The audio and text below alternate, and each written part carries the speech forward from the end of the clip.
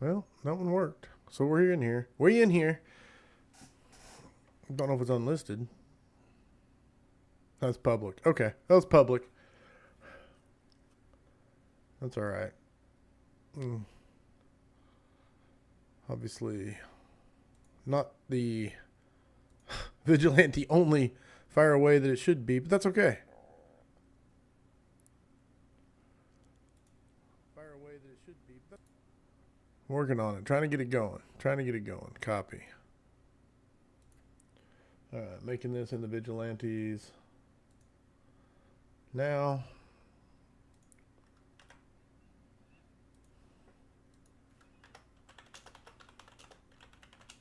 fire away round 6. We are live. Boom. Next, I'm sending it out there, publishing it, whatever. Here we go. Don't know if it's locked up. Don't know if it's moving. Oh, I paused it. Okay. We'll see if any gets in there.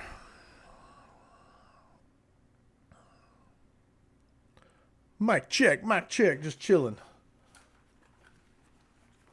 Oh. Mic check, just chilling.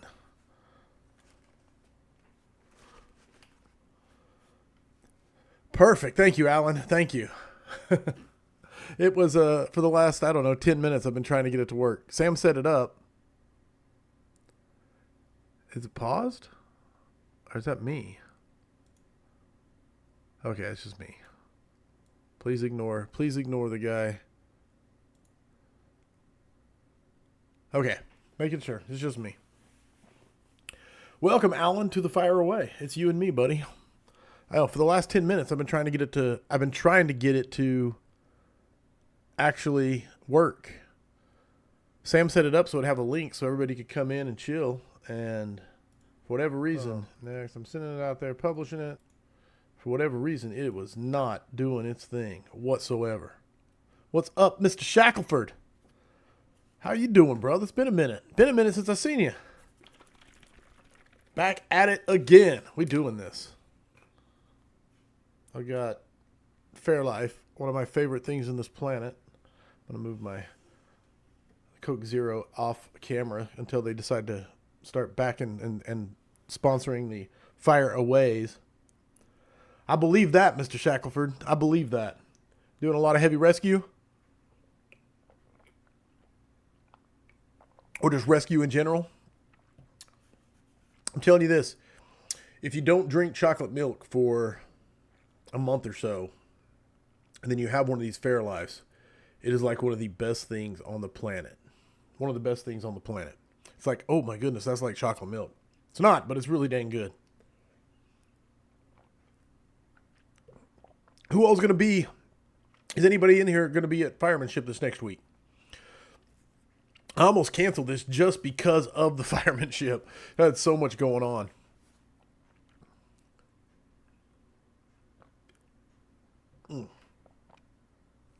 Absolutely love it. Absolutely love it. Got my pen and pad. I've been missing the vigilantes, trying to get this stuff going. I'm telling you guys this right now. I have... How's the sound levels? Let me know if the sound levels are good or bad. I didn't get... Because of the hiccups of getting going, it's definitely closed that window. Check. Looks good. Can't get there, wish you could. Yeah, I mean, I get that a lot. I get that 100%. I will not be in Pensacola in August. We've been working on a family vacation, and it is both daughters, my son, both son-in-laws, myself, and my wife, and we're all going to Germany. We've been planning it for years, and this is the year it's happening, and it's right during Water on the Fire. It's second half of August we're going. We were originally going in September, but we found out that was right during Oktoberfest. And unless you're going to enjoy Oktoberfest, we're trying to miss that. So anyway, long story short, we're going late August. We're going to go see a bunch of German castles and have a lot of fun. And we've been planning it for a long time, and this is probably the last time to make it happen because the daughters are they're all getting to that age where they're about to have kids, and once the grandkids are here, it won't be as easy to fly across the pond and go to Europe. So anyway, it's a huge plan. Yeah, we're hoping, man.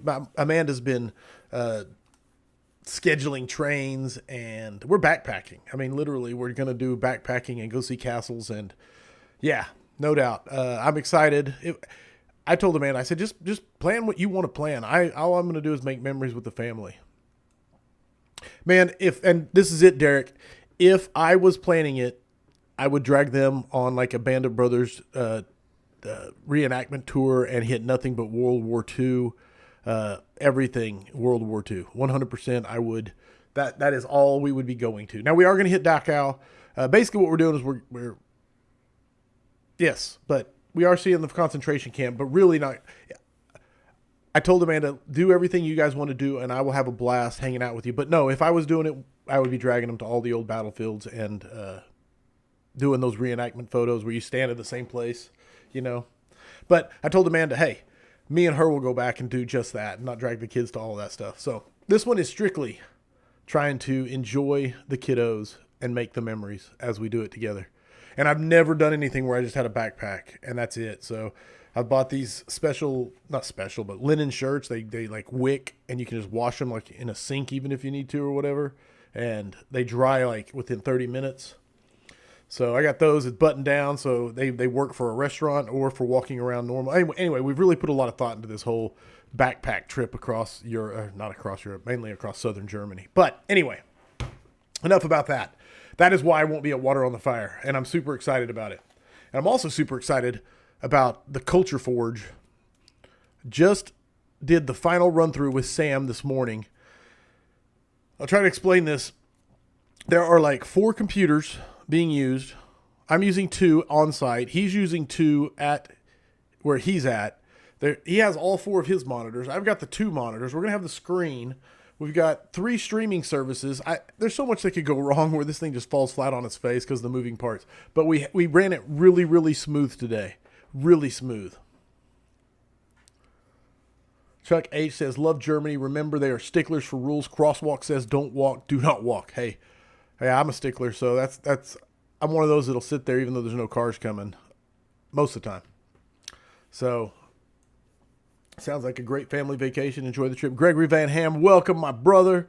Let me see, who have I not said hi to? Jeremy Humphrey, welcome, welcome, welcome. Please, there won't be a ton. James, yeah, man, how you doing? Dude, I've seen a bunch of names I haven't seen in a minute. Good times. I got 4 questions to discuss with everybody. 4 questions to discuss, but you can also, if you think of a question or clarification to a question, throw it in here and we'll discuss it.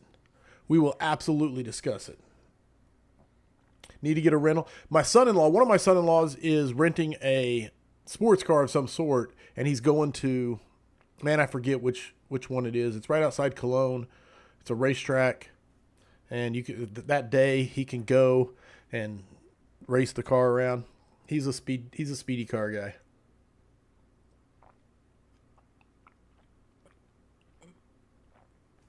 All right, finishing up my Fairlife. Not a sponsor of the Weekly Scrap, but man, my fan. Okay, getting to it. Nothing to it but to do it. The Culture Forge, going to be amazing. I'm really excited. I don't think I've been this excited about a class the first time I taught it. And that worries me a little bit because usually I'm a little bit like hesitant and like, man, this one's not ready. This one's not ready. Oh, how's it going to be? This one I'm super excited about. So I don't know. We'll see how it goes. I'm hoping. Every time I've run through it, I'm like very pleased with how it turned out. Now, nothing's going to beat sets and reps ever. I don't care what we're talking about. You get the sets and reps on something, it gets better. And this is going to get reps. We're going to get 2 reps this week in firemanship as I do the class back to back. So whoever's coming on Friday is going to get the improvements from Thursday. All right. Other cool things happening. Finally got a forum on the books. Forums are, I think, man, I almost did away with this whole format right here where it's just me talking the 2 cameras. These are great for me because I can take these recordings and make the reels to help spread the word of Firehouse Vigilance and edit those up. And that's not a bad deal. But it's not I don't think it's as good. I like the forums we do because everybody's in the Zoom meeting. Not to mention there's a VIP usually in there. Frank Lieb, July 31st is Frank Lieb coming on. So get your questions ready for him. I posted a podcast in the Vigilantes. Oh, another thing I did, there might be people who aren't Vigilantes in here because when I couldn't get it to go live through the link that was set up as an unlisted, so it could be, the Fireway is supposed to be Vigilante only. So this is like, if you're not a Vigilante and you're in here, hey, enjoy the show. Fireway is supposed to be Vigilante only. When I went live, it was public because I didn't hit the right switch. So that's on me. It's a public video. Anybody can come in here, and it's anybody that follows the channel, they're getting notified. So just keep that in mind. It's supposed to be Vigilante only. I don't think anybody really cares that someone might be sneaking, or not sneaking in, coming in. So long story short, yeah, covered that base. The other one, July 31st, Frank Lieb coming on. I posted in the Vigilante Forum the latest podcast that Frank was just on. And you can check that out and get ideas for questions to ask him when he comes in the forum. So the forum will be the giant Zoom meeting, July 31st, 8 p.m. Put it on your calendars. I think I put in the Vigilantes, I think it's got the last I heard was that they rushed him off the stage and that he had blood on his face, but there was no update. They said he grabbed his neck. I'm giving Josh Everett said, how's my boy Trump? He said, still driving. So last I heard, my son was texting me because it was pretty hectic. Yeah, if they sneak in, they will find out what they've been missing. Hey, we're having a Vigilante meetup, speaking of which, on Tuesday at Firemanship. Now, I know not everybody's going to be there on Tuesday. So I just don't, they got socials every night, and I didn't want to put a Vigilante meetup late after the socials before hot training or the all-day workshops. So that's why it's on Tuesday. And that place looked like a good place that might have a lot of space where we could pick a corner and do our thing, have the banner, get a picture, compare the coins, do our creed, all that good stuff. So all that being said, I have all of the scraps, all the guests of the scraps scheduled all the way to the New Year's 2025. I was pretty proud of myself being very proactive, getting all of them dialed in. I have to move a couple of them, pulling into Aurora right now. Heck yes, Everett. Heck yes. I can't wait to see you, brother. So I had all of them scheduled, and then Dave McGrail, who I've been trying to get to come on the scrap, again, he's been on before, but I've been trying to get him to come back on the scrap. It's been like 2 years. And he called me up, or I texted him. We've been playing text back and forth, but he texted me and said, hey, I would love to come on, but I'd also like to come on with my dad, which I think is amazing because it's something I've been trying to figure out how to ask him if he would like to come on with his dad. I usually don't do double guests, but I was all booked up for the rest of the year. So here's what I did is basically I looked at my schedule, found a date that was open, and it is, let me look at the actual, July 30th. So July 29th is a scrap. That's with Brian Lloyd, Mr. Smokelahoma. He's local. He is the guy that runs Oklahoma Smoke Divers here in Oklahoma. He's on Monday night. Tuesday night, I now have Dave McGrail and his dad coming on. His dad is 92 years old, worked Denver Fire, I think, for, I want to say 40 years plus. I have the info, but I'm going from heart right now, from memory. And him and his dad are going to be there. And then after that, on the 31st is Frank Lieb. So boom, boom, boom. Scrap with Dave McGrail and his dad, and then forum with the Vigilantes on July 31st. So it's going to be hectic. It's going to be insane. We're going to make it happen. So keep all that in your minds. Catch the ones you can catch. I know that's putting a lot on people's plates, but it's going to be amazing. The other thing I am working on doing, because I don't have enough on my plate, is I really want, this has been a passion project. Now I'm going to get the book of search done. That's as soon as I get, sorry, I got to quit reading. Let me finish a thought, Kyle, and I'll answer. Back to focusing. I'm going to finish the Culture Forge was the next thing on my next priority, prioritize and execute. So I got Culture Forge done. I'm going to present it this week and get past firemanship and have a great time at firemanship. The next thing on the prioritize and execute is the Book of Search. Getting the Book of Search done. I've collected 43 articles now. There's still like 5 or 6 I have to collect. So much stuff going on with it, but it's going to be amazing. And then once I'm done with the book of search, get that off the plate. Of course, I got my next book I'm writing that I've been working on outlining and brainstorming, but it's not, I actually haven't started on it. That's also on the agenda. But one of the things that's near and dear to my heart that's been weighing on me is I want to do a video series. Man, it's not a live show like the Scrap. I want to do a recorded show where I sit down with, man, there's so many big names, but like a Mike Lombardo, a Ray McCormick. I want to sit down with Dave McGrail and his dad and have real good lighting, good cameras, good microphones, and do a really good interview. And I basically want to archive their stories that they want to share. And I think I want to come up with a set of questions that I ask them.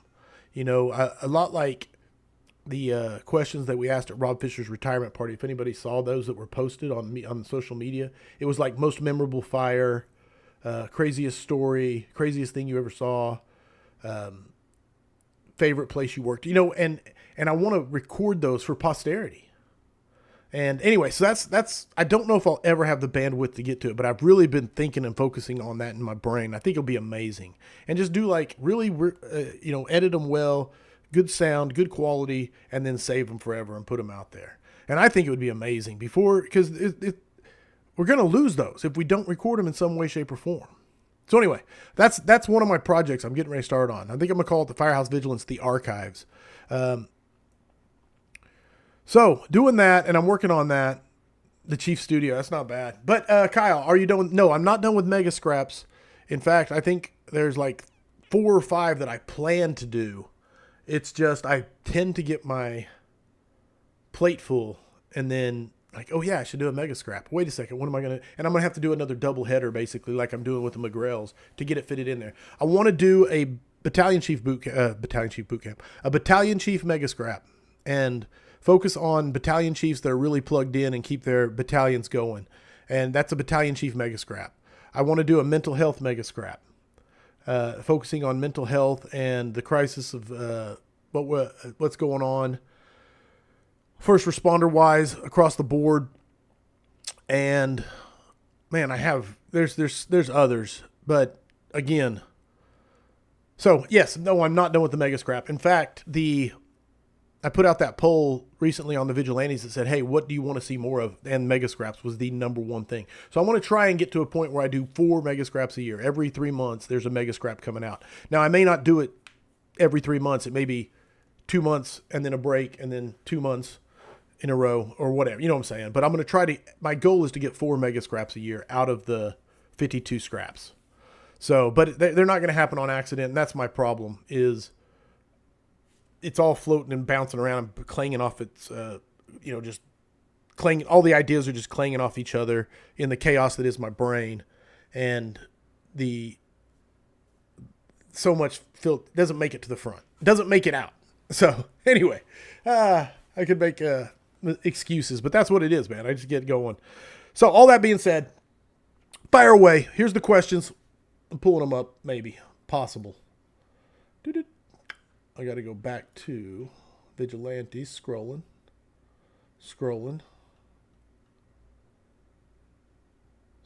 There it is. 6 comments. Jim Platt's question was, been way too long, brothers and sisters. What time are we starting? 6 o'clock, allegedly. It was actually 10 after.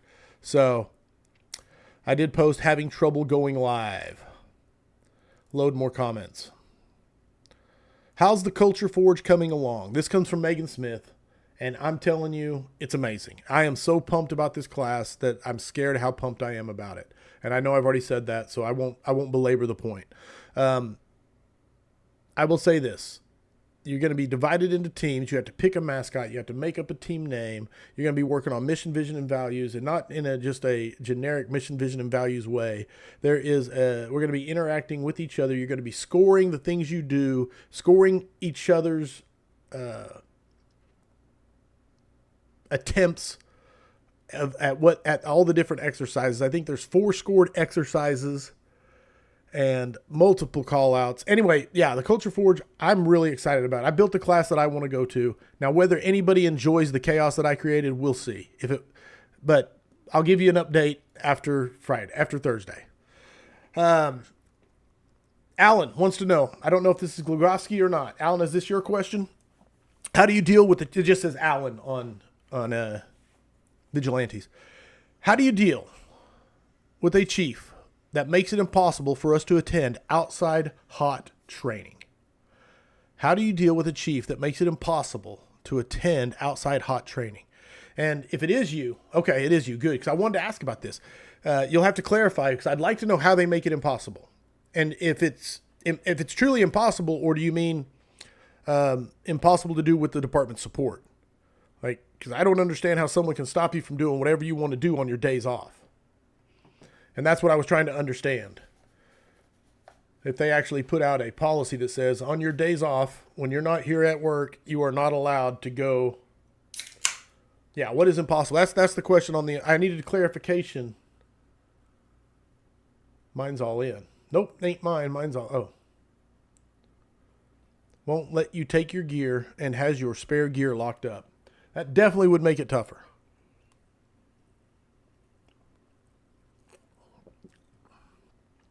Because I don't know. Excuse me. As I guzzle my Coke Zero. I don't know too many people who can just afford to buy their own set of spare gear and get it on. You know what I'm saying? I don't. So that would be a very, very, very tough row to hoe and a tough thing to overcome. If you can't take gear, you definitely can't do live fire training. I would get with your fools and other local departments, because there is quite a few, sometimes, depending on where you're at, that can make stuff happen for you.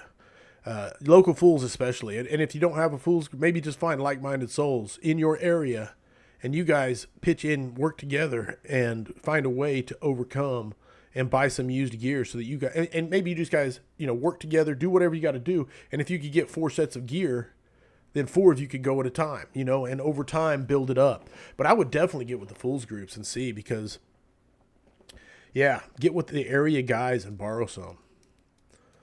Again, I'm not saying it's like easy to do, because if they make it that tough, that's a tough one. And that is tough to overcome, but that doesn't mean it's impossible and you can't overcome it. It's going to come down to how much you're willing to. Back there, my boy's back there snoring. Don't know if you can see him back there, chilling on the ground. Yeah, not impossible, but definitely not easy to do. Definitely not easy to do.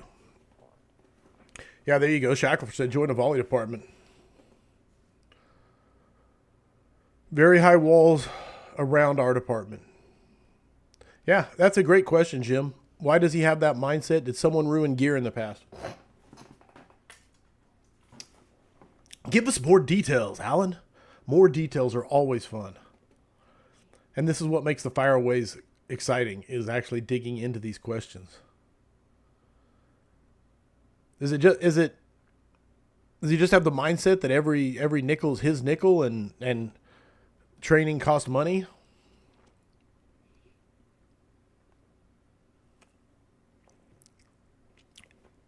Delicioso.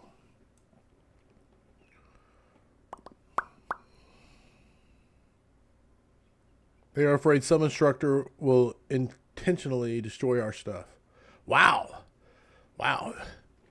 That's a big jump. I mean, I've heard of worst case. Like, one of the things I hate is the worst case scenario decision making.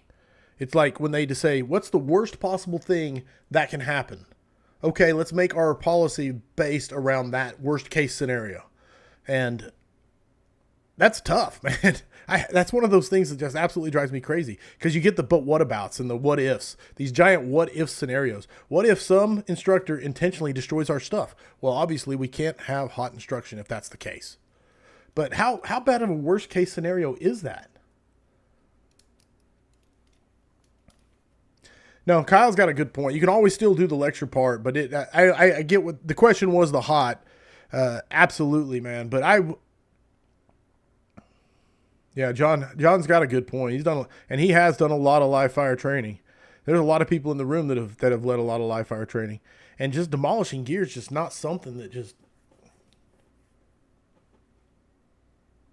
We can't even do How big is the man? I'm telling you, there's so much stuff that they blame on ISO that isn't even something ISO looks at. So I'd be very careful when they say it's ISO thing. It's an ISO thing.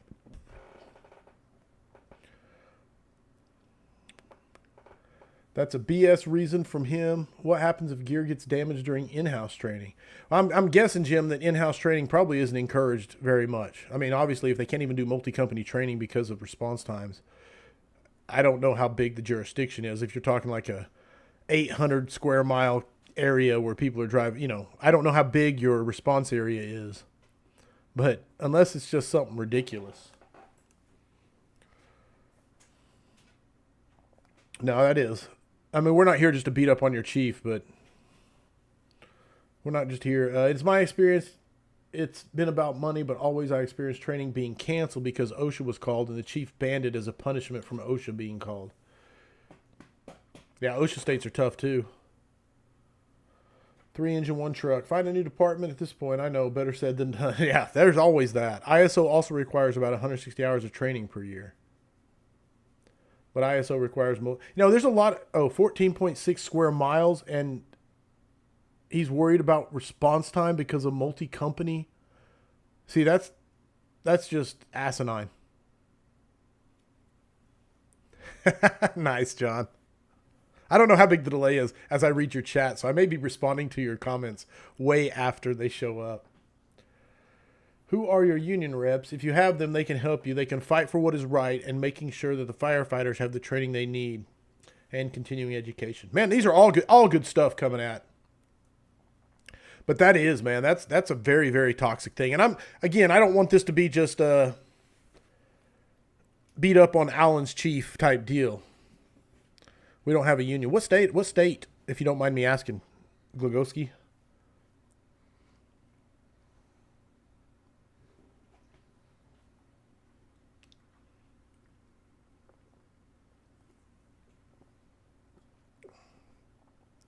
Georgia. It's a right to work state? I don't know. I'm asking.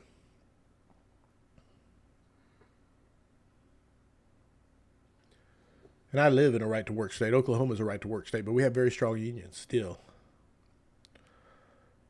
No, I know. I just don't want to make it a giant pile on your chief day from everybody else as we say he's such a piece of crap for the way he's treating you, that kind of thing. That's what I'm trying to avoid. You can vent all you want.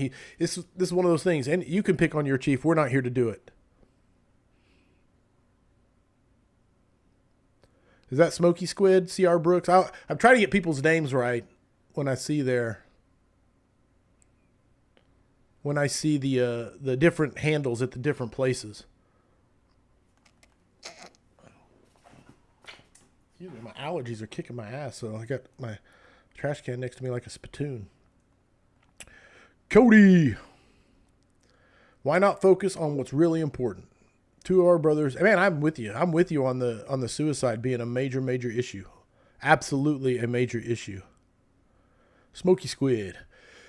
I'm not downplaying it whatsoever, but part of it is everybody's got the stuff they're worried about, and I don't know if anybody has and this is not a cop-out answer or anything. I don't know if anybody has a solid answer to give for how to fix it. We got to be there for each other. We know this.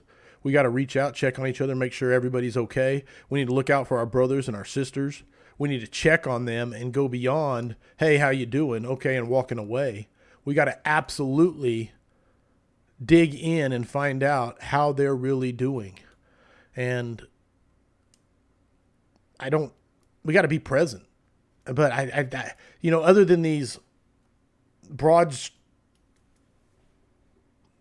ideas, I don't have a good systemic approach to fixing it. I think that Dina Ali and Chief Rhodes, David Rhodes, both alluded to the toxic leadership being one of the major concerns for mental health. And what we're talking about here with Glogowski and what he has to put up with trying to train. I think the moral injury that people deal with from not being prepared when something goes terribly, terribly south, and then they deal with that and saying, what if I'd have been better prepared? Could I have saved that kid? And they deal with that and they wear that and they wear that and they wear that. And it's that moral injury that we really have to try and address. And I think preparedness is one of the best ways to do it. proactively. And then reactively, I mean, it's too late a lot of times. And so, yeah, it's a great one. I'm all ears. Believe me, I'm all ears. Indiana has a right to work, but we have state laws that prevent police and fire from being fired. Strict guidelines preventing public safety from major troubles. Right on. James. Man, when I see James, and I know it's Jim, but I don't know which one you prefer, actually. I've just always known you as Jim Platt. When I see James, it throws me off. Sounds like your chief this is the way it's been for 100 years and is afraid to get out of the 10-foot rut that he has been stuck in. It's a great way of saying it. John Shackelford, going back to mental health, says we have to have purposeful conversations. Ask the questions. Don't be scared of it. And Cody says, I just feel with all the hardcore into the job firemen we have, we could come up with something to get the ball rolling. No, it's a good soapbox. Believe me, Cody. I mean, I'm not knocking your soapbox at all. It's just, I don't think, man, I don't want to say this in a way that sounds like I'm ignoring the problem or saying the problem isn't that big a deal. I think it's the major epidemic we're facing is the suicide in the first responder community. Mental health crisis. Absolutely. Now, it's a multifaceted reason for why it's happening. And I think that the approach that we all need to take until we figure out an actual antidote, is not that complex. We need to invest in each other relationship-wise and check on each other and build relationships until we get a systemic fix or figure out something, if that makes sense. So I don't think it's a complex. We got to reach out and invest time in each other. Next rung is out there, and there are others that are trying. There are a lot of people that don't want to ask. And that's it, man. I mean, it really is. You can't force anybody. I think we've come a long way of getting away from the rub some dirt on it, and you just suck it up, buttercup. I think we've come a long way from getting away from that and saying it's okay to not be okay. And that's a good thing. But compounding the problem is the other issue is there's people that abuse it and have no business, and I hate to, you're not even allowed to say that anymore, but they're abusing the system and taking away from those who really need help. And all of that is there, and all of it is real. And how do we wrap our arms around it and make it, because you never want to accuse somebody of not needing help. And so I don't have a good answer.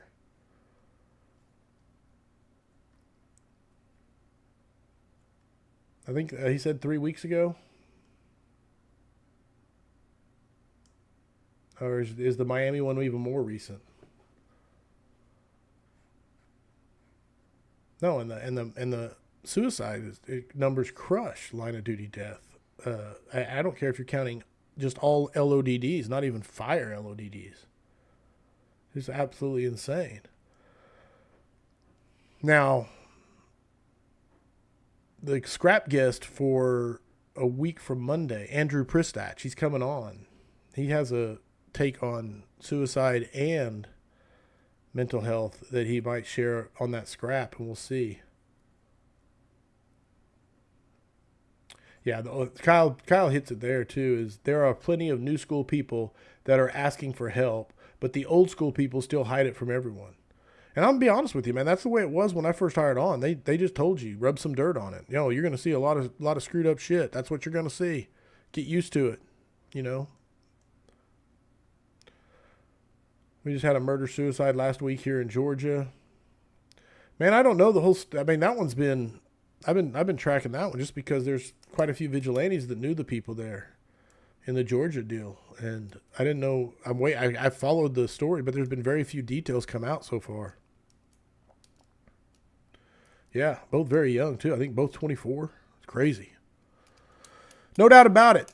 All right, I'm not. If there's more questions about it, I'll absolutely field more questions or continue the discussion on suicide and mental health. But moving to Derek 8. He says, what advice would you give a guy that has been treated like an outcast since he has started? He's a good fireman and knows the job, but doesn't get the credit he deserves by the higher ups. So that's the first one. We can pick that one apart.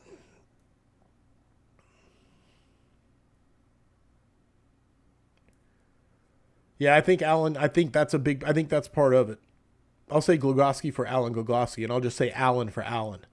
I wonder at times on the mental health stuff if they are the same mindset that applies to some of the reasons firefighters don't call a mayday.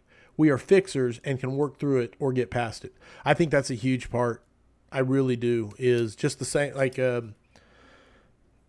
Richie Stack the other night on the scrap. He talked about having the moral courage to call a mayday. And it's the same thing, having the moral courage to call a mayday when you're in a dark, dark place. After actions must be done, but a follow-up needs to be done a few days later. Talk to me about that, Jim. After actions must be done. I don't know if I'm missing something there. Have noticed the incompetence of officers in the fire service to the point of it being an epidemic. Chief Rhodes, Allie, Owen, all have really good articles about the issues. Yes. We are building our peer support group up and have several people that deploy with IAF have peer support that are possibly heading to Miami. Nice. Mental health and Mayday are two areas where you can't cowboy. Man, there's no doubt. Alan Glogowski, that's a great way to say it. You can't. Hey, dude, I'm going to kick you out if you don't quit. I have a special dog. He's a rescue, and he had some brain damage. And sometimes he sees things, and he likes to bark at them.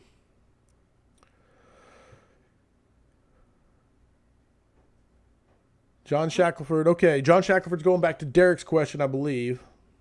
Leave the deaf dog alone. This is not the deaf dog. I'll tell you this, the story of the deaf dog. We kept him for a year, and he would fight with our giants. The deaf dog might be the scrappiest of the scrappingest dogs because he was like 45 pounds maybe. And he would scrap with our two 120-pound schnauzers, and he'd never, ever, ever back down, to the point where I finally had to say, I can't keep taking these dogs back to the vet for stitches. They're going to think I'm running a dog fighting ring. So the deaf dog is now homed as a single dog family, 3 daughters, 3 teenage daughters. They love him. And we had to rehome the rescued deaf dog. It was one of the saddest days ever, but he is in a better place. And my giant schnauzers didn't tear him apart. So anyway, that was the update on the deaf dog. This is a different rescue. This is one that was beat up when he was a puppy, and he's got a little bit of, like I said, he's special.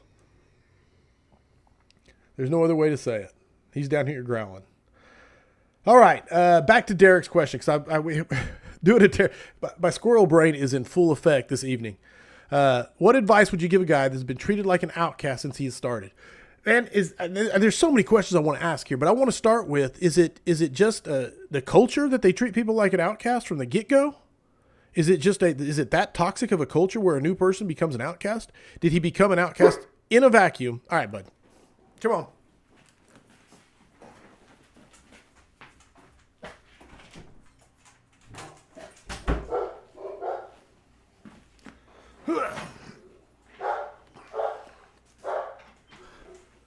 Did he become an outcast in a vacuum? Or, like, what's the reason for him being treated like an outcast? Did he deserve it? I know I'm asking a lot of questions here, but there's a lot of questions I want to ask. Like, are they just that toxic of a people that they treat someone like undeservedly like an outcast? Or do you get my question? I'll wait to see if Derek. I think I saw Derek in here earlier, but I could be wrong. Names kind of blend together. So if he's not in here, I don't see his name, so maybe he's not. Oh, there he is.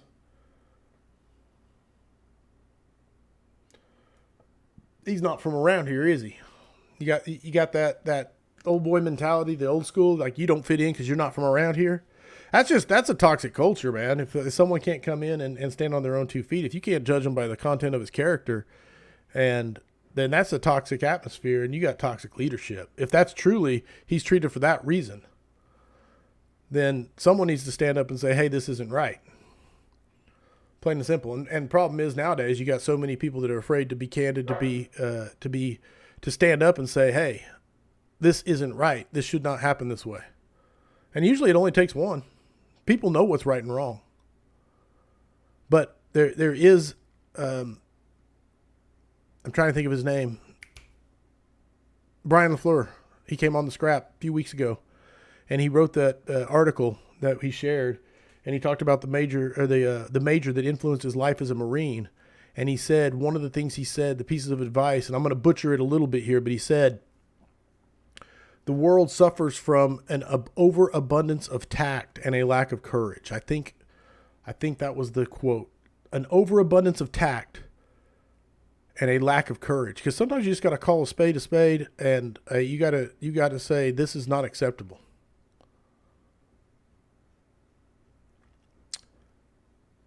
We actually had a true hiring process and entertained everyone. Absolutely we have. We have a chief that today has gotten out of his chief's buggy with a beer in hand. Okay. That is definitely a different culture. Delicious. I'm going to say that every time I drink of my Coke Zero.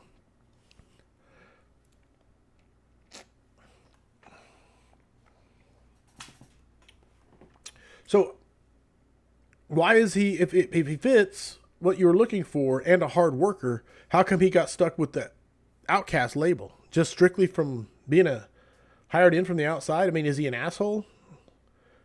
Is he standoffish? Yeah, Jim's spot on. If he has proven his worth, then it's a toxic culture. And that's, I mean, honestly, that's what the Culture Forge class is all about. This is right in the wheelhouse of what I'm talking about. What I've been working on, what I've been reading on. Wish I could grab the stack of books. I may look to see if we can't do a different format for future Fireaways where I can bring somebody in maybe and talk a little bit when they do their question, because I think that'd be better than reading the comments. So I may work on making the Fireaways more interactive in that regard. Maybe not everybody at once, but if you submit a question beforehand, you can come on and like Derek could come in and talk about his question and then take the next question. So may do that where we can still get the footage for making the reels, but bring people in. No, and there's something to be said, Jim, for earning your place in a culture, in a department, in an organization. I love to start with people saying people start with my respect and they can lose it, but there is a measure of you have to earn your spot. Even my rookies have to, like, I tell them, man, you're going to do everything around here. If something's not done as far as the daily duties, station duties, cleaning especially, if it's not done, it's on you. Now, I want to see that you're willing to bust your ass and prove yourself here.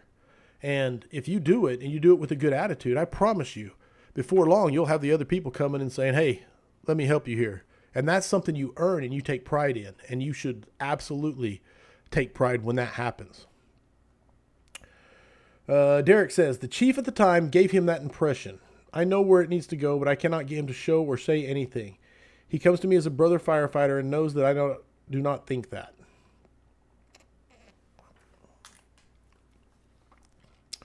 I don't know if that... Yeah, Kyle's spot on. Just keep being that ear for him. You are helping more than you know. Absolutely. Letting him know he's not crazy and not insane. Not alone. I know there needs to be... I know where it needs to go. Yeah. So, I mean, and believe me, I get it, man. Not everybody can go tell their chief, hey, this is not right the way you're doing this. I mean, the chief may tell you to go piss up a rope. He may be vindictive, and the juice would not be worth the squeeze in the long run. And it may be a war of attrition. There's so many facets to it that I don't want to sit here and give blanket advice like, you need to go tell that chief off. That's not what I mean at all.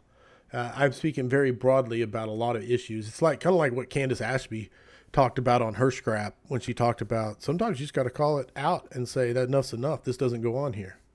But not everybody has the luxury of being able to do that.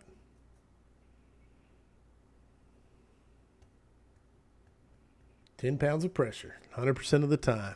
A question I receive quite often by brand new guys is where to start. What does that mean, Derek? Since you actually ask the most questions, but I don't know what that means. A question I receive quite often by brand new guys is where to start. Where to start with what? Where to start with watching the scraps? You start at episode 1. Where to start with reading? You start with the 9 L's. No, scrap number 1. Kyle was on page with me right there. No, absolutely. There's so many good books. I mean, what are you talking about? Are you talking about training? The basics, period. Force, throw, stretch, flow, grab, drag, repeat. Man, I believe that I usually have the sticker sitting here somewhere. Force, throw, stretch, flow, grab, drag, repeat. Not necessarily in that order. Pride and Ownership. Amazing, amazing book. Step Up and Lead might be another. Functional Fire Company might be a little later on. I'm trying to think of what is, if we're talking books. Yes, training mainly, yeah, absolutely, is focus on the basics, which is you're masking up and you're donning and doffing your gear and masking up. That's the first one. You get so good at that's off the table. And however you do it in your jurisdiction, because I know there's people that come off the rig masked up.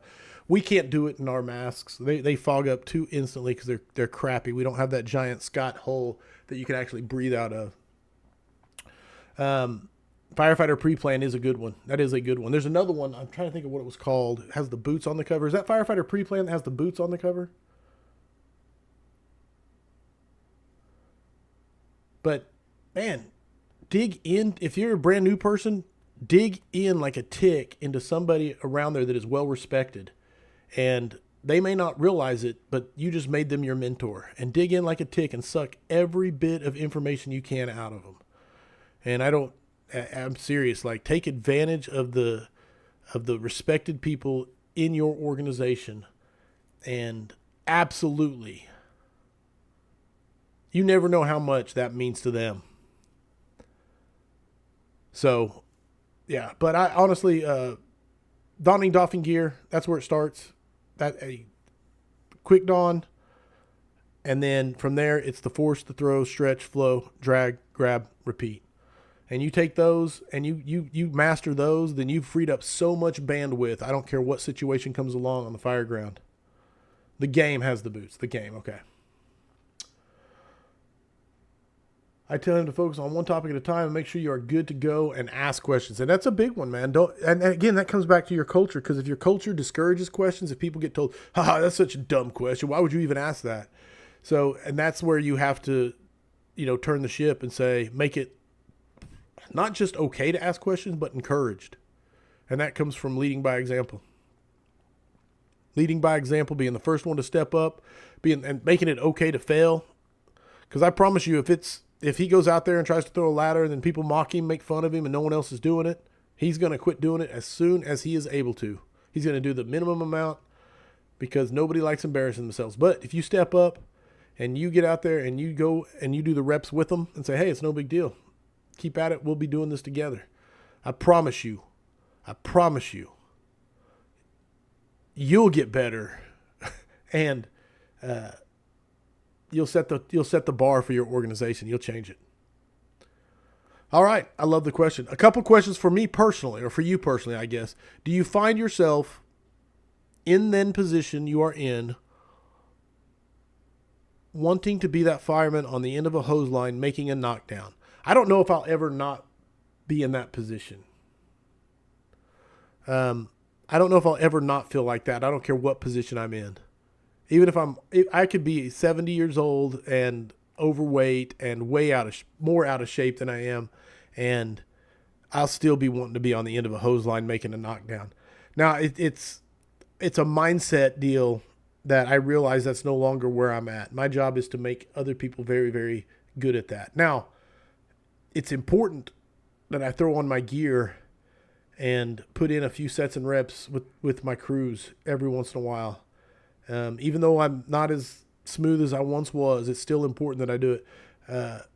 But no, I don't know if I'll ever not want to be that person. In fact, maybe when I retire, I may even just go volunteer somewhere and just be a backstep firefighter for a bit.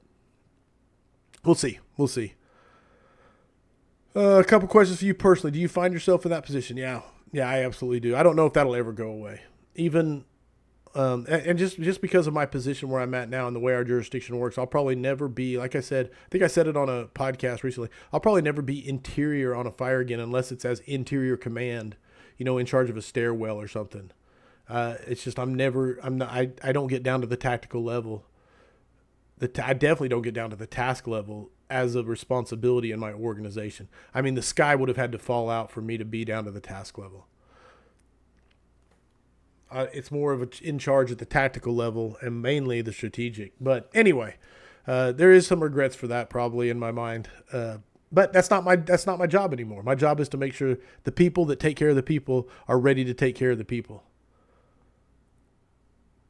Chuck H. said, also, do yourself a favor. Go above and beyond. Be immersed in the culture. Have an opportunity to do a training even on your own, then go. Even on your own, then go. Be immersed in the culture. Yeah, man. Effort. I don't remember who it is, if it's Anthony Frisella or if it's, it might be the UFC guy. Who's the guy in charge of UFC? I forget. I see his face in my head, the bald guy. I can't think of his name. But he says it's so easy to be savage, so easy to crush it nowadays. Just be a savage. The bar of mediocrity is so low. Now, I think the fire service is a little bit immune to this because we do attract like very high achievers, generally speaking. Dana White, thank you, Kyle. But he says it. He says, man, the bar in the real world, the bar is so low for excellence. Like if you're a savage, you can just absolutely destroy it. Just absolutely destroy it. And it's true, man. Zig Ziglar, I think it says the extra mile is always the extra mile is always uncrowded, or however he says it. The road of the extra mile is always uncrowded because no one's there. No one's there. It's not hard to separate from the crowd nowadays. Just 1%. I mean, I told my kids this jokingly. This was 10 years ago now when they first started working. I said, if you just show up on time every day, you'll be employee of the year. Like you will be the employee of the year. Just show up every day and don't call in. Because that's the bar of employee of the year for most places out there. It's insane. So yeah, be a savage. And that's the thing is it takes so little to be just a savage beast and in the top percentage nowadays because the bar is so low. Love it. I love that, Chuck. I really do. Do you wish to have more fun on a hose line, or do you wish to have more fun? I don't understand that question, Derek. Do you wish to have more fun on a hose line or as a chief? Do you rephrase? Hit the rephrase. Enhance. Rephrase that. Do you wish to have more fun? And yeah, I'll let you rephrase it because I'm not catching it. Heavy fire, searchable space. Would you be first in on the nozzle or first in on VES? Every time I've answered this question, it's the same. I believe. I don't think I've ever wavered. VES each and every time. Would you rather have more fun on a hose line or as a chief? Would I rather?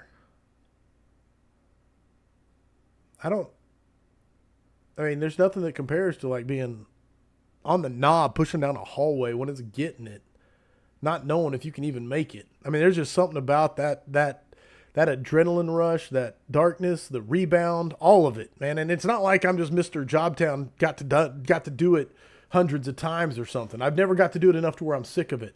So, yeah, hose line without a doubt. Without a doubt. And maybe if I worked in a crazy job town, if I was, except for VES. That's true. No, and I'll tell you this, I always answer the same. VES, because as many, I've been on scenes where we've had successful VESs. I've been on scenes. I have never got to be the person bailing off in the window, making a grab through a VES. And so I think it's just a rare occasion. It's such a rare thing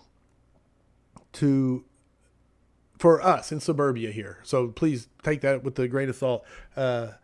Take that caveat. So that's why it is my choice. But when I said that, someone posted a picture of this rocking. I think it was a double wide, and it was just rocking. And they said, would you rather be first in on this or VES? And I was looking at that, and I was like, holy smokes, man, that thing was rocking. And I was like, man, that'd be tough. That'd be tough to not take the hose line on that one. But that's why I love that question so much. But my answer is still VES. for the reasons given. Had to switch the last one around because, heavy fire and livable space. Would you rather?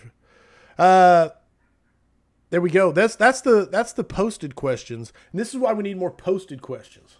We got to have more posted questions. But here's what I'm going to do. You heard it here first. Next time, I'm going to plan so that whoever is asking the question is coming on live, and then they're on the screen, and I can get clarification from them. Now, they may be tinier down on the bottom or whatever, but hit it, Jim. Because we've been doing this an hour, but I'm not done yet because I'm having fun. I don't know if anybody else is, but I'm absolutely having fun.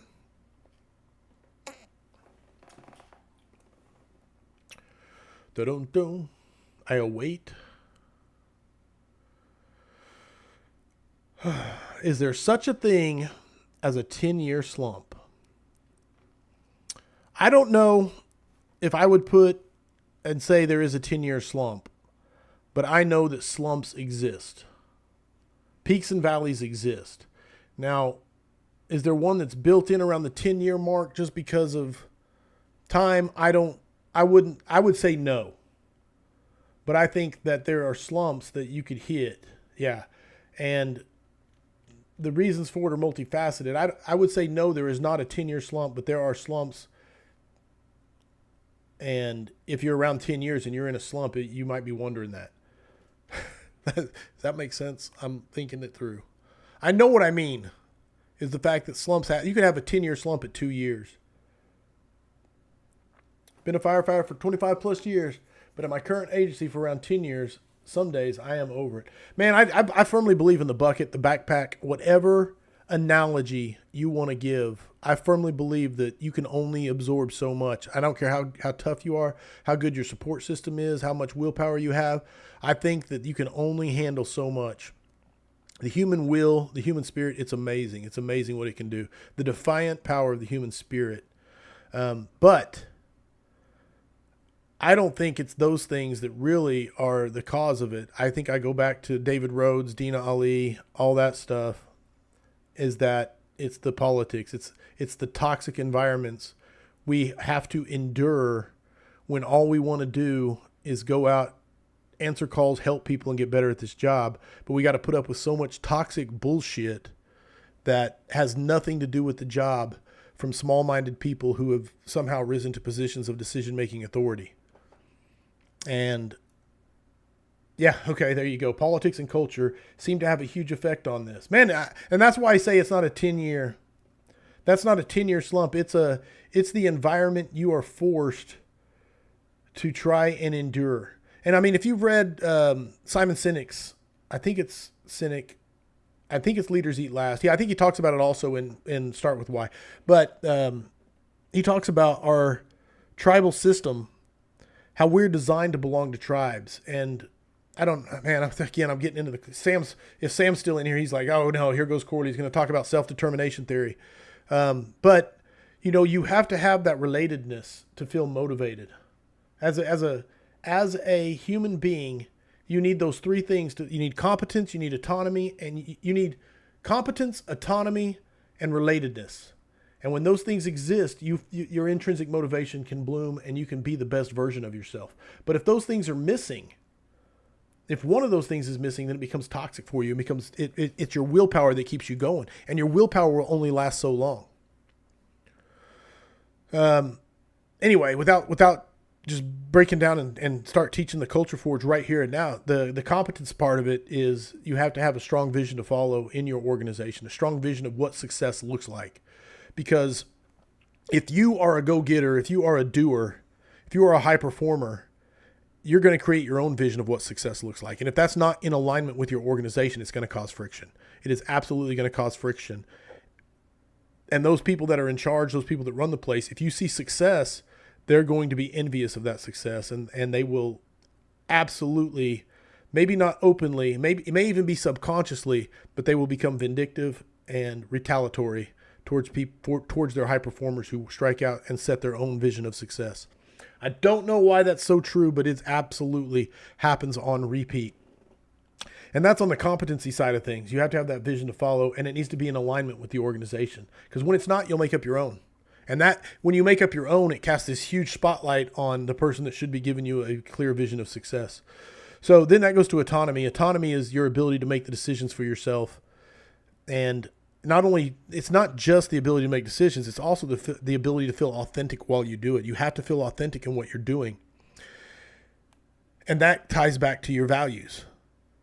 And if your values are not shared by the organization, again, it goes to you will be put into a position to where you have to follow your own values, or you have to compromise your values. And again, that's a moral injury. And now you have to try and reconcile that in your mind. And that's a tough place to be. And then finally, relatedness, just being connected to each other. And that's so much easier to do when you have a shared vision of success, those shared values that you can move towards together. And then you have that relatedness. So that's me. I'm trying not to go down a big, long SDT rabbit hole and talk about that stuff. But there's actually like been studies done and scientific research done on why this happens. Not necessarily just in the fire service, but it absolutely applies. It absolutely applies. If you look at it and say, okay, which one of these three basic human needs am I not seeing being fulfilled in my life, in my organization, then you can actually start getting to the root cause of why you're feeling that slump. Because once those three aren't being met, now you're just relying on your willpower, your sheer force of will to try and stay at the top of your game. And that's exhausting. That's exhausting when you're not supported by your organization in doing so. All right, I'm going to catch up on, because I just went on a long rant, but I hope it made sense. I'll listen to it later and see. Kyle Conda said, losing passion is always a thing, but something or someone has to bring you back into it. My driver is 61 and just wants to be here for a paycheck. No motivation. But he completes the minimum standard. Not much else I, as the company officer, can do. No. And that's the thing. I mean, we've talked about minimum standards many, many times. And if they're meeting the minimum standards in your organization, then there isn't much you can do. They're meeting the standard. I don't even like to say minimum. I like to say they're meeting the standard. Now, you can try to raise the standard, and that's a tough road to hoe, and that's a long, long process. That's a cultural change, and that's what the Culture Forge is all about. If they're meeting the standard, then, of course, you got to try and pry into that intrinsic motivation to get them to want to do the dishes, right? You want to get them to want to do the dishes. You want them to want to work out. You want them to want to train. Not just, I'm in charge, I'm going to order you to train. That's not what you want. That's not what you're after. Chuck H. said, we also tend to complain about the lieutenants and captain, but someone hired them. Someone is keeping them in the spots they are in, even when the warning signs are there. No, and if you fix the promotional process in the American Fire Service, and this is across the board, this is every organization, career, combination, volunteer, whether they appoint them, whether they elect them, or whether they do a completely objective promotional process. If you figure out a way to measure those things that actually matter and promote on those things that actually matter, man, write that book, because you will have a bestseller, 100% a bestseller. But the truth of the matter is most organizations are out of alignment. The vision and values don't exist, so that there's nothing to measure success by. So there's no way you could even, hire people based on those values, let alone promote based off those values. So you get what you got, which is, hey, it's the best person we got for the position.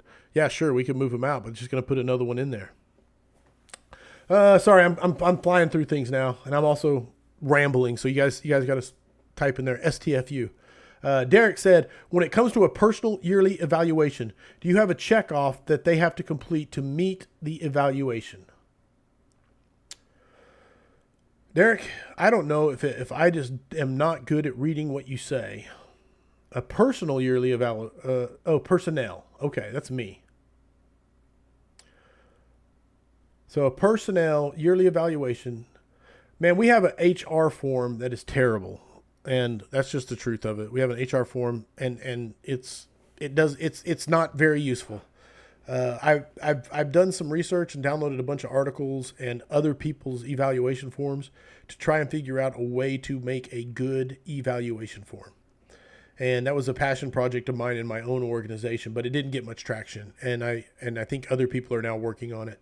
and I found that out that other people are working on it. And so anyway, it's just the politics and things like that. It's everywhere. So I do not have a good one. Now, what I try to do is I'm a firm believer in relationships. And anybody who knows me knows this is true. I only have 4 direct reports. I have my 4 company officers. And it's pretty easy when you have 4 to be able, because that's right inside your span of control. So those 4 direct reports, I try to have good personal relationships with. Now, some are stronger than others, without a doubt. The person that's usually assigned to my station, my chief station, usually has a very strong relationship with me just from the sheer proximity and the amount of time we get to spend together at the house.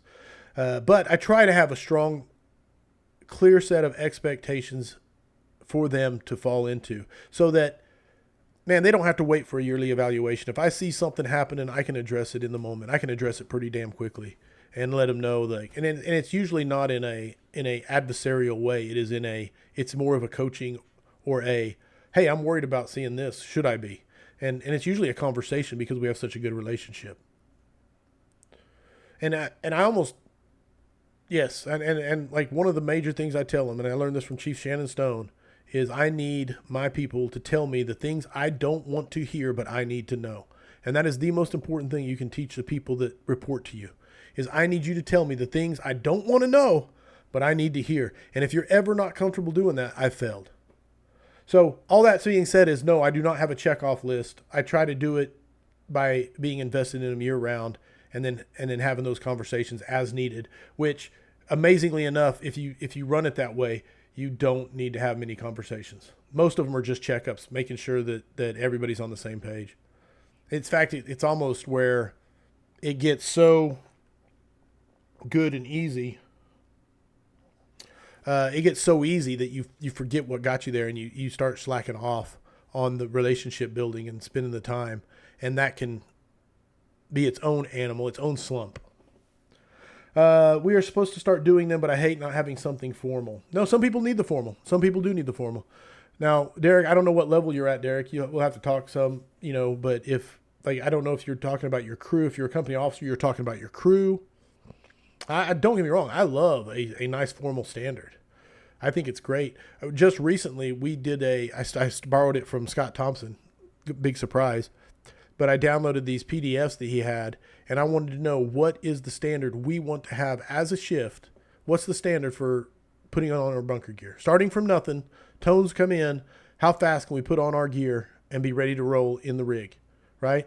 And all the crews did that. And they said, okay, we're going to set the standard for what is good, what's acceptable. So once we know what's acceptable, now we know what exceptional is, and now we know what's unacceptable.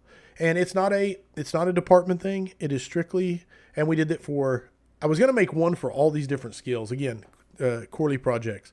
I made one for quick donning. I made one for, or donning and doffing. Made one for quick donning. Made one for stretching our pre-connect. I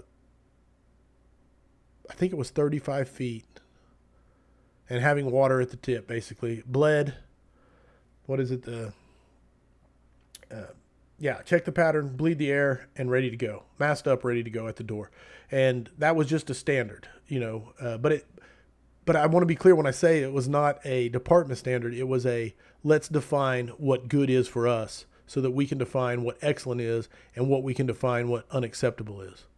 And it was fun. It was, and I was planning to make it for throwing a 24, everything from parking brake set to throwing the 24 to a set spot, how fast, what is good, what's acceptable, what's unacceptable, what's exceptional, what's unacceptable. Anyway, it's a great way to look at it. But again, it's not something formal. There's no checkoff sheet. Yeah, Alan has it. And that's where most high performers' problem comes, especially when they get in positions of authority. If you're a high performer and you've been promoted, you have a standard for yourself that you want to hold other people to. But it's not the company standard. It's not the organizational standard. And so you're trying to hold them to something that you have no teeth to hold them to. And that's, honestly, that's the reason I wrote the 9 L's. That's the whole crux of the 9 L's is, how do you make people want to meet a standard above what is acceptable? And it's that intrinsic motivation. It's how do you get people to want to wash the dishes? it's not so much that. I forget who talks about it. They discuss how chiefs don't like to admit they messed up. Like you talked about earlier, no accountability, not even to themselves. I'm not sure what's not so much that. We also tend to complain about. Is that what you're talking about? We don't promote them, or yeah, with the fixing the promotional process. No, man, I'm telling you, the ability to admit you made a mistake. I'm reading this book right here. Oh, it's in my backpack. Sorry, I took it to the station, so it's in my backpack. Ray Dalio's Principles. If you haven't had a chance to read it, it's a phenomenal book so far.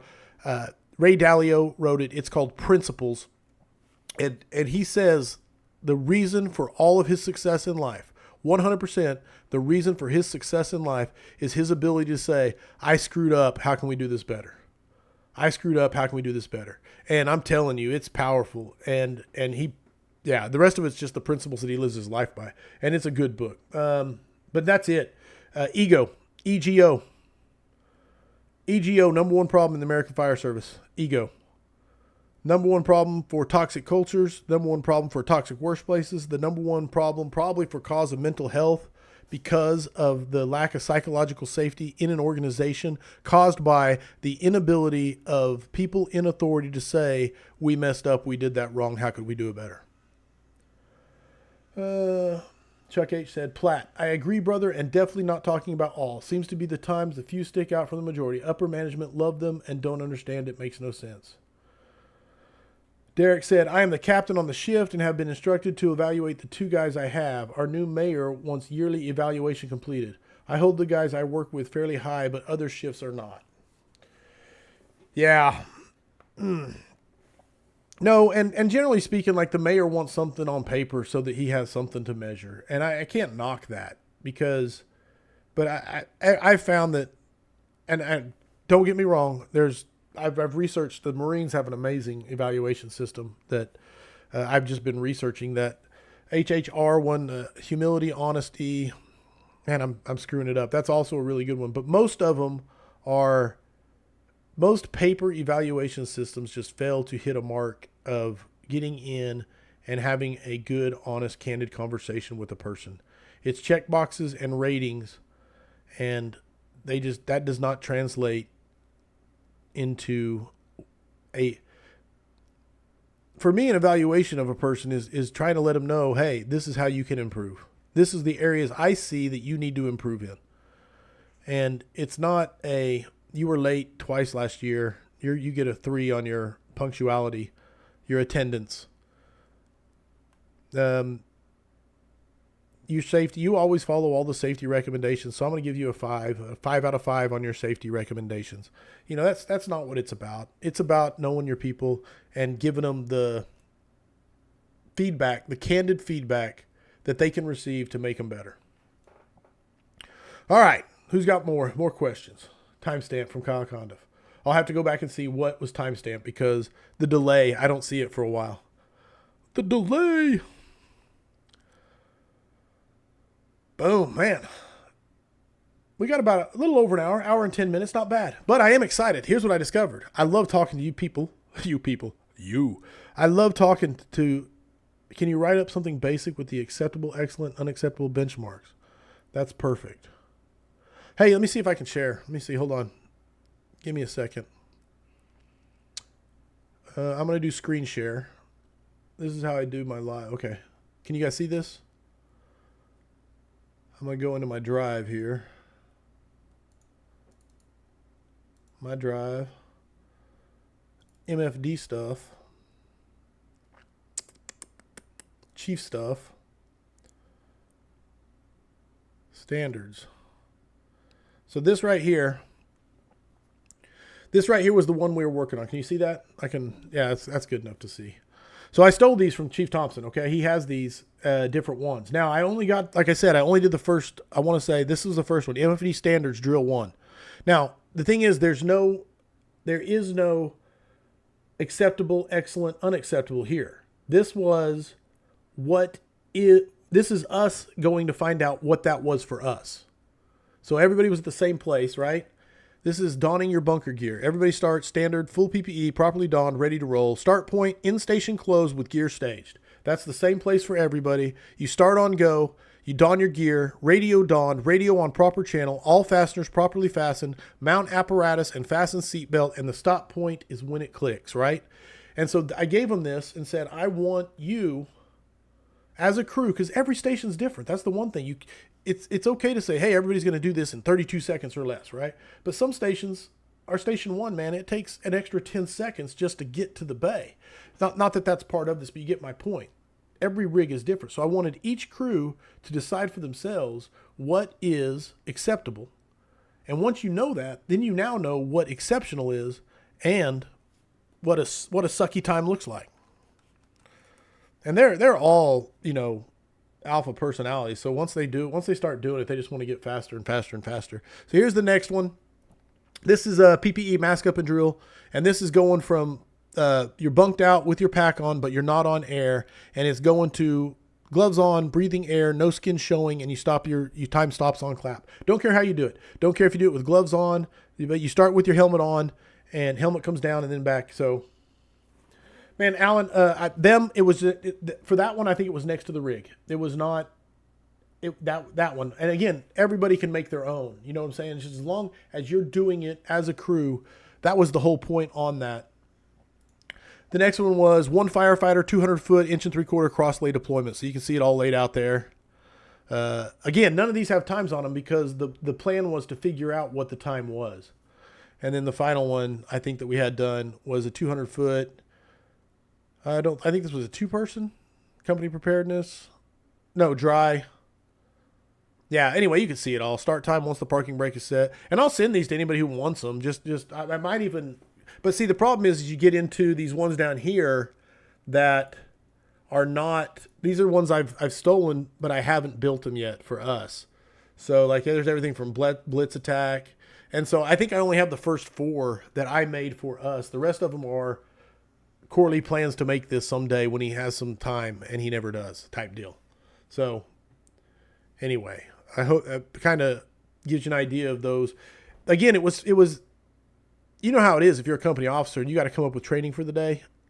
It's tough at times to figure out what to do that day. So I'm always trying to come up with these things so that my company officer can say, hey, guess what? Today we're going to figure out what our standard is for stretching that 200. We're going to figure out what exceptional is. Let's do it. Yeah, hey, remind me. I'm going to firemanship tomorrow, but it's I say this, but I'll put a reminder in my phone. I will upload those to the file section. I still got to update the file section on Patreon. Yeah, I'll put them in the file section so anybody can download them.